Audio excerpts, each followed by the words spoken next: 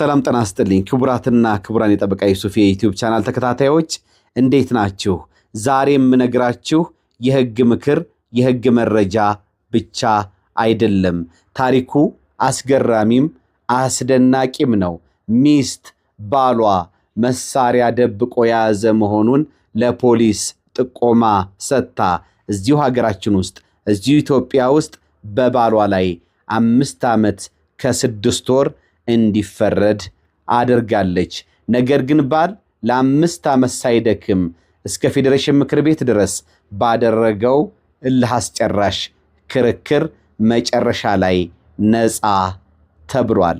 ይህ ታሪክ እጅግ አስገራሚም አስደናቂም ከመሆኑም በተጨማሪ በወንጀል የሚከሰሱ ሰዎች አቃቢ ህግ እነሱን ጥፋተኛ ለማስባል ምን አይነት ምስክሮችን ማቅረብ አለበት፣ ማስረዳትስ ያለበት በምን አይነት መልኩ ነው የሚለው ከህገ መንግስቱ አንቀጽ 20 ንዑስ አንቀጽ 3 ጋር ተመርምሮ ውሳኔ የተሰጠበት ነው። ጉዳዩ የት እንደጀመረ የት እንዳበቃ አንድ በአንድ እነግራችኋለሁ። ለሌሎች በወንጀል ለሚከሰሱ ሰዎችስ ይህ ውሳኔ ያመጣው በጎ ነገር ያመጣው ትሩፋት ምንድነው የሚለውን እነግራችኋለሁ።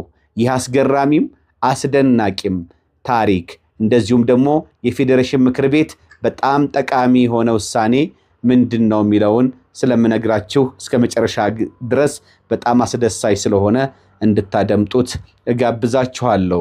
ሚስት እንግዲህ ባሏን ምን ብላ ለፖሊስ ጥቆማ ትሰጣለች? አንድ ትልቅ የቱርክ ሽጉጥ ከ7 ጥይት ጋር እንደዚሁም ትንሽ የቱርክ ሽጉጥ 8 ሽጉጦች ከ4 ጥይት ጋር በንግድ ቤቱ ውስጥ ከህግ አግባብ ውጪ ደብቋል ብላ ለፖሊስ ጥቆማ ትሰጣለች። ፖሊስም ፍተሻ ያደርጋል፣ ያገኛል። አቃቢ ህግም እንግዲህ በምስራቅ ሸዋ ዞን ከፍተኛ ፍርድ ቤት አቶ ወርቅነህ ሁነኛውን በቁጥጥር ስር ያውልና ክስ ይመሰርትበታል። ምንድነው የመሰረተው?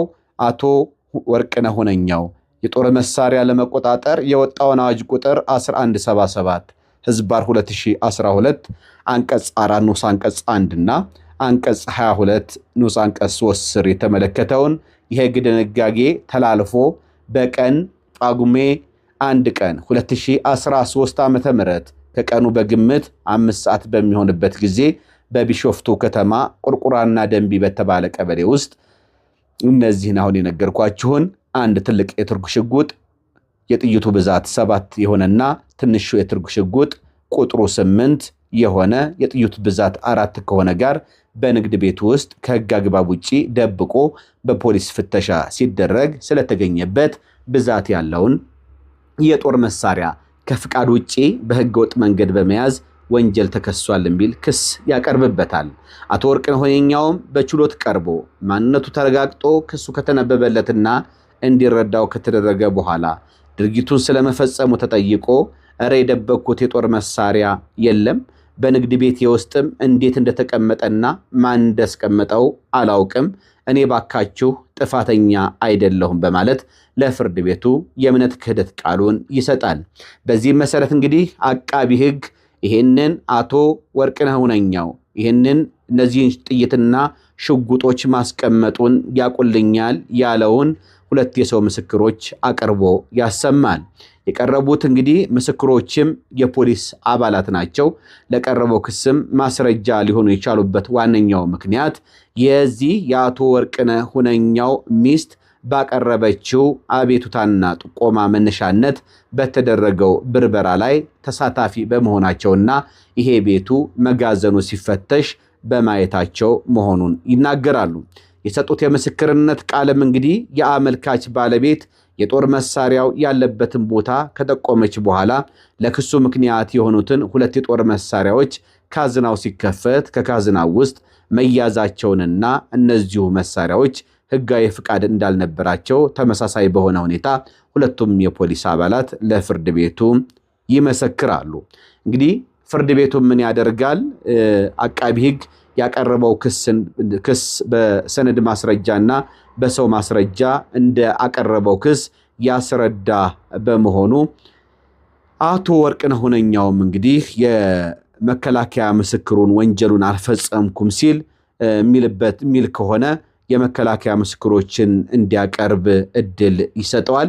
አቶ ወርቅነህ ሁነኛውም እንግዲህ 3 የመከላከያ ምስክሮችን አቅርቦ ያሰማል። በዚህ በምስራቅ ሸዋ ዞን ከፍተኛ ፍርድ ቤት አመልካች ወይም ደግሞ አቶ ወርቅነህ ሁነኛው ካቀረባቸው ምስክሮች የመጀመሪያው በሞባይል መሸጫ ውስጥ እንደሚሰሩ ይጠቅሱና በሰጡት ቃልም ለምርመራ መነሻ የሆነውን መረጃ ለሕግ አስከባሪ አካላት አቤቱታ ያቀረበችውና መሳሪያዎቹ ያሉበትን ቦታ ለይታ ለፖሊስ የመራችው የዚህ የአቶ ወርቅነህ ሁነኛው ባለቤት ወይዘሮ ሊዲያ ቱሉ የተባለች የአመልካች ባለቤት እንደሆነች አመልካች መሳሪያው ተገኘ የተባለበት የንግድ መደብር ሱቅ እንደማይመጣ ይህንንም ሱቅ በበላይነት የምታስተዳድረው ባለቤቱ እንደሆነች መሳሪያ ተገኘ የተባለበት የካዝና ቁልፍ እርሷ ጋር እንደሚገኝ ይህንንም ካዝና ማታ ማታ ሱቁ ሲዘጋ ሞባይል እንደምታሳድርበትና ጧት ከዚሁ ካዝና ውስጥ ሞባይሎችን እንደምታወጣ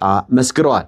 ሁለተኛና ሶስተኛ የአቶ ወርቅነህ የመከላከያ ምስክሮች ደግሞ በአቶ ወርቅነህና በባለቤቱ ሊዲያ ቱሉ መካከል አለመግባባት መኖሩን በተደጋጋሚ ለማስታረቅ ሙከራ ማድረጋቸውንና በቢሾፍቱ ወረዳ ፍርድ ቤትም የፍችና ተያያዥ የፍርድ ቤት ክርክሮች እንዳላቸው አስረድተዋል። ፍርድ ቤቱም እንግዲህ የአቃቢ ሕግ ምስክሮችንና የአቶ ወርቅነህ ሁነኛውን የመከላከያ ምስክሮችን መስማት ካጠናቀቀ በኋላ አቶ ወርቅነህ ሁነኛው በተከሰሱበት የሕግ ድንጋጌ ስር ጥፋተኛ መሆን አለመሆናቸውን መርምሯል።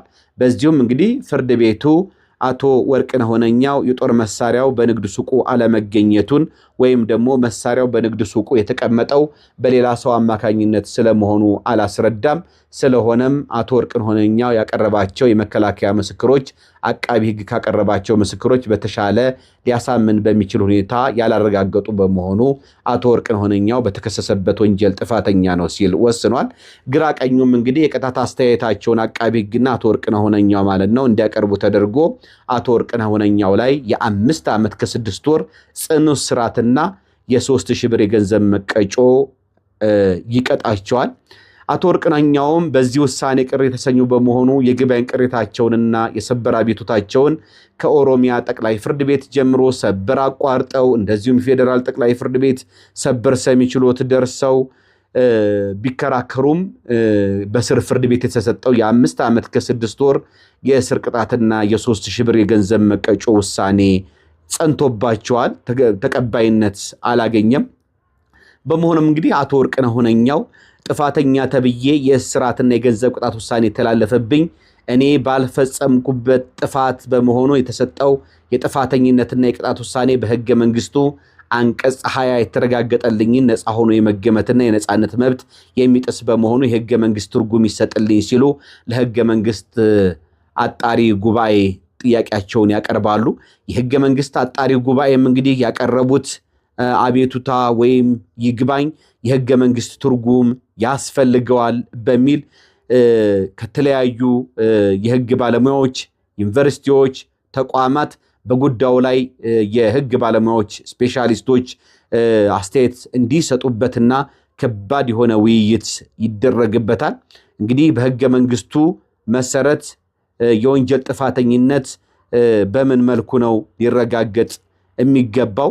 ፍርድ ቤቱ በአቶ ወርቅነህ ሁነኛው ላይ የሰጠው የጥፋተኝነትና የቅጣት ውሳኔ በሕገ መንግስቱ ከተረጋገጠው ነፃ ሆኖ የመገመት መብት ጋር የሚቃረን ነው ወይስ አይደለም የሚለው ተመርምሯል። በዚህም እንግዲህ ሕገ መንግስት አጣሪ ጉባኤ ለውሳኔ ሐሳቡን ለፌዴሬሽን ምክር ቤት ያቀርባል። አቶ ወርቅነህ ሁነኛው እንግዲህ ጥፋተኛ ተብሎ የቅጣት ውሳኔ የተላለፈበት የጦር መሳሪያ አስተዳደር አዋጅ ቁጥር 1177 ህዝባር 2012 አንቀጽ 4 ንዑስ አንቀጽ 2ን በመተላለፍ ህገወጥ የጦር መሳሪያ በንግድ ቤት ውስጥ ደብቀዋል በሚል ክስ ነው። የአዋጁ አንቀጽ 4 ንዑስ አንቀጽ 2 ስንመለከት ደግሞ የጸና ፍቃድ ሳይኖረው የጦር መሳሪያ መያዝ ማስቀመጥ ወንጀል ያደርጋል። ከዚህ አንቀጽ መረዳት እንደሚቻለው እንግዲህ አቃቢ ሕግ ያለበት ግዴታ ፈቃድ ሳይኖረው መሳሪያውን ተከሳሹ ማስቀመጡን ማስረዳት ነው። ህገወጡ የጦር መሳሪያ የተገኘው በአመልካች የንግድ ቤት ሲሆን ለፖሊስ ጥቆማ ያቀረበችው ደግሞ ሚስቱ ናት። ለዚህም አቃቢ ሕግ መሳሪያውን ያገኙትን ፖሊሶች ምስክርነት አሰምቷል። አቶ ወርቅነህ ሁነኛው በበኩሉ ደግሞ ፍርድ ቤት ቀርቦ ወንጀሉን አለመፈጸሙን ከመናገሩ በተጨማሪ ከባለቤቱ ጋር ጸብ ላይ የነበረ መሆኑና የፍቺ ሂደት ላይ መሆናቸው ክሱንም በዚህ መነሻ ያቀረበች መሆኑን ሕገወጥ የጦር መሳሪያው የተገኘበትን ንግድ ቤት እርሱ እንደማይሄድና ባለቤቱ ራሷ እንደምትሰራበት መሳሪያዎች የተገኙት ካዝና ውስጥ ማታ ማታ ባለቤቱ የሚሸጡ ሞባይሎች እንደምታሳድርና ቁልፉም በእርሷ እጅ እንደሚገኝ የሚያስረዱ ምስክሮችን አቅርቧል። በአቃቢ ሕግ የቀረቡት ምስክሮች የጦር መሳሪያው በአቶ ወርቅነህ ሁነኛው ንግድ ቤት መገኘቱ የምስክርነት ቃላቸውን የሰጡ ቢሆንም የጦር መሳሪያው አመልካች በንግድ ቤቱ ያስቀመጠ ስለመሆኑ ቃላቸውን አልሰጡም። ስለሆነም የንግድ ቤቱ የአመልካች ባለቤት የሚሰሩበትና እንዲሁም አቶ ወርቅነህ ሁነኛው በንግድ ቤቱ የማይገኙ ስለመሆኑና አቶ ወርቅነህ ባቀረባቸው ምስክሮች በተረጋገጠበት ሁኔታ የጦር መሳሪያው በአቶ ወርቅነህ ሁነኛው የንግድ ቤት ሊገኝ የቻለው አቶ ወርቅነህ የጦር መሳሪያው በማስቀመጣቸው ሊሆን አይችልም። አመልካች በንግድ ቤቱ የማይገኙና በንግድ ቤቱ የሚገለገሉት የአቶ ወርቅነህ ባለቤት መሆናቸው ከተረጋገጠ በምን አግባብ አቶ ወርቅነህ ይህንን የጦር መሳሪያ በዚህ የንግድ ቤት ሊያስቀምጡ እንደቻሉ አቃቢ ሕግ የማስረዳት ግዴታ አለው። ይህን ሳይሆን ሲቀር አቶ ወርቅነህ በንግድ ቤቱ ሳይገኙ የጦር መሳሪያው በንግድ ቤቱ የተገኘው አቶ ወርቅነህ ስላስቀመጡት ነው ለማለት የሚቻል አይሆንም።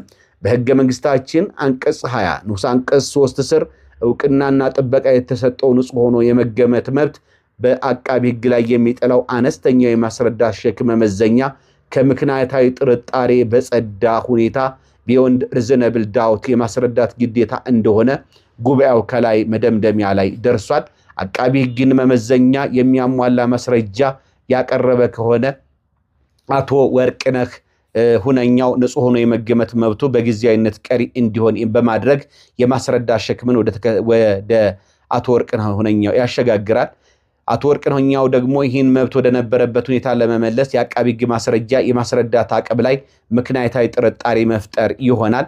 በሌላ አገላለጽ በየትኛውም ደረጃ አቶ ወርቅነህ ሁነኛው ንጹህ መሆኑን ማስረዳት አይጠበቅበትም። እንዲህ አይነት መመዘኛ ሕገ መንግስታዊ አይሆንም። አቶ ወርቅነህ ሁነኛው ማድረግ የሚጠበቅበት አቶ ወርቅነህ ወንጀል እንደፈጸመ ለማስረዳት አቃቢ ሕግ ያቀረበውን ማስረጃ ከምክንያታዊ ጥርጣሬ ያልጸዳ መሆንና በዚህ ማስረጃ የማስረዳት አቅም መተማመንን እንደማይገባ ማሳየት ብቻ ነው። ከጅምሩም አቃቢ ሕግ መሳሪያው በአመልካች ንግድ ቤት በፍተሻ መገኘቱን ከማሳየት በዘለለ መሳሪያው ከአቶ ወርቅነህ ሁነኛው ጋር በቀጥታ ምን እንደሚያገናኘው ያላስረዳ በመሆኑ ክሱን ከምክንያታዊ ጥርጣሬ በጸዳ ሁኔታ ቢዮንድ ሪዝነብል ዳውት አረጋግጧል ለማለት አይቻልም። በመቀጠልም እንግዲህ አቶ ወርቅነህ ሁነኛው ካቀረባቸው ምስክሮች ቃል አንጻር በተለይም ጥቆማው በሚስቱ የቀረበ መሆኑ ከሚስቱ ጋር ጸብ ላይ መሆናቸውና በፍቺ ሂደት ላይ ያሉ መሆናቸው ሕገወጥ የጦር መሳሪያው የተገኘበት ንግድ ቤት እርሱ እንደማይሄድና ባለቤቱ እንደምትሰራበት ማስረጃ መቅረቡ መሳሪያው የተገኘበት ካዝና ውስጥ ማታ ማታ ባለቤቱ የሚሸጡ ሞባይሎች እንደምታሳድርና ቁልፉም በእርሷ እጅ እንደሚገኝ ምስክሮቹ ማስረዳታቸው ሲታይ በአንድ ምክንያታዊ ላይ የተከሳሽን ጥፋተኝነት አስመልክቶ በቂ ጥርጣሬ የሚፈጥር ነው። የአመልካች የመከላከያ ማስረጃ መሳሪያው የእርሱ ሳይሆን እንደሚችል ወይም እርሱ ያስቀመጠው ስላለመሆኑ ምክንያታዊ የሆነ ጥርጣሬ የሚፈጥር ነው። የአቶ ወርቅነህ ሁነኛው መከላከያ ማስረጃ አቃቢ ሕግ ማስረጃ ከምክንያታዊ ጥርጣሬ ያልጸዳ መሆኑንና በዚህ ማስረጃ የማስረዳት አቅም መተማመን እንደማይገባ ማሳየት ነው። ከዚህ በመነሳት እንግዲህ ፍርድ ቤቶች በአቶ ወርቅነህ ሁነኛው ላይ የሰጡት የጥፋተኝነት ውሳኔ የአቶ ወርቅነህን ንጹህ ሆኖ የመገመት ሕገ መንግስታዊ መብት የሚጥስ ነው ብሏል የፌዴሬሽን ምክር ቤት። በመሆኑም እንግዲህ በኢፌዴሪ ሕገ መንግስት አንቀጽ 20 ንዑስ አንቀጽ 3 መሰረት ነፃ ሆኖ የመገመት መብት ከአቃቢ ሕግ ላይ የሚጥለው አነስተኛ የማስረዳት ደረጃ ወንጀሉ በተከሳሹ ስለመፈጸሙ ከምክንያታዊ ጥርጣሬ በጸዳ ሁኔታ የማስረዳት ሸክም ነው። ፍርድ ቤቱም በአቃቢ ሕግ የቀረበው ማስረጃ አቶ ወርቅነህ ሁነኛው ካቀረበው ማስረጃ አንጻር በተሻለ ሁኔታ ወንጀሉ ስለመፈጸሙ ያሳምናል በማለት በአመልካች ላይ የጥፋተኝነትና የቅጣት ውሳኔ ማስተላለፉ አመልካች ወይም ደግሞ አቶ ወርቅነህ ሁነኛው በሕገ መንግስቱ አንቀጽ 20 ንዑስ አንቀጽ 3 ከተረጋገጠለት ነፃ ሆኖ የመገመት መብትን የሚቃረን ነው በማለት በኦሮሚያ ክልል የምስራቅ ሸዋ ዞን ከፍተኛ ፍርድ ቤት እንደዚሁም ደግሞ የፌዴራል ጠቅላይ ፍርድ ቤት ሰበር ሰሚ ችሎት የሰጡት ውሳኔ ከህገ መንግስቱ ጋር የሚቃረን በመሆኑ ተፈጻሚነት የለውም ተብሏል። አመልካች በተከሰሰበት ወንጀል ላይ አቃቢ ህግ ከምክንያት ጥርጣሬ በላይ በሆነ ማስረጃ ያላስረዳ በመሆኑ በአመልካች ላይ የተጣለው የጥፋተኝነትና የቅጣት ውሳኔ ተፈጻሚ ሊሆን አይገባም ሲል ጉባኤው በሙሉ ድምጽ ነው የመጨረሻ ውሳኔ ያስተላለፈው። የፌዴሬሽን ምክር ቤትም እንግዲህ ይህንን ምክር ሐሳብ ሙሉ በሙሉ አጽድቆታል። ይሄ ውሳኔ እንግዲህ ካስገራሚነቱም በተጨማሪ ታሪኩ አስደናቂነትም በተጨማሪ አቃቢ ህግ በአንድ ሰው ላይ ወንጀል ፈጽሟል ብሎ ክስ ሲያቀርብ ያቀረበውን ክስ በማስረጃ ማስረዳት ያለበት ከምክንያታዊ ጥርጣሬ በጸዳ ሁኔታ ቢዮንድ ሪዝነብል ዳውት ለእርግጠኝነት በቀረበ ሁኔታ መሆኑንና ተከሳሹ ደግሞ ሙሉ ለሙሉ የአቃቢ ህግ ክስ ሐሰት መሆኑን ሳይሆን ማስረዳት ያለበት ነፃ ለመባል የአቃቢ ህግ ያቀረበው ማስረጃ ወይም ክሱ ላይ ጥርጣሬ መፍጠርን መሆኑን አስረግጦ ነው ይሄ ፌዴሬሽን ምክር ቤት ውሳኔ ያስተላለፈው ማለት ነው። ካሁን በኋላ እንግዲህ በወንጀል የሚከሰሱ ሰዎች አቃቢ ህግ አንደኛ ከምክንያታዊ ጥርጣሬ በጸዳ ሁኔታ ክሱን ማስረዳት አለበት እንጂ ከተከሳሹ ወይም ደግሞ ወንጀሉን ፈጽሟል ከተባለው ሰው በበለጠ ሁኔታ በፐርሰንት እየተሰላ የተሻለ ስላስረዳ እየተባለ ውሳኔ መሰጠት እንደማይገባና ተቀባይነት እንደሌለው ነው እንግዲህ የህግ ትርጉም የተሰጠው። ከዚህ በፊት በነበረው በ1952 እና አሁን ተሻሽሎ ገና ባልጸደቀው የወንጀል ስነ ስርዓት ህጉ መሰረት ምንድነው መመዘኛው? አቃቢ ህግ በሌላ ሰው ላይ ክስ ሲያቀርብ አስረድቷል የሚባለው ክሱን ወይም ጥፋተኛ የሚባለው ተከሳሹ መመዘኛው ምንድነው? በበለጠ ሁኔታ አስረድቷል እየተባለ በተሻለ ሁኔታ አስረድቷል የሚሉ አገላለጾችን ነው ፍርድ ቤቶች የሚቀበሉት። ያሁኑ የተሻሻለውና ገና በነጋሪት ጋዜጣ ታትሞ ያልወጣው አዲሱ የወንጀል ስነ ስርዓት ህግ ግን ከዚሁ ከህገ መንግስቱ ጋር የሚጣጣም ድንጋጌን ይዟል። ያ ድንጋጌ እንግዲህ አሁን ፋይናል ሆኖ በሚወጣው ታትሞ በሚወጣውም ላይ ይወጣል ተብሎ ይጠበቃል። ካሁን በኋላ አቃቢ ህግ ክስ ሲያቀርብ እንግዲህ ከምክንያታዊ ጥርጣሬ በጸዳ መልኩ ክሱን የማስረዳት ሸክም አለበት።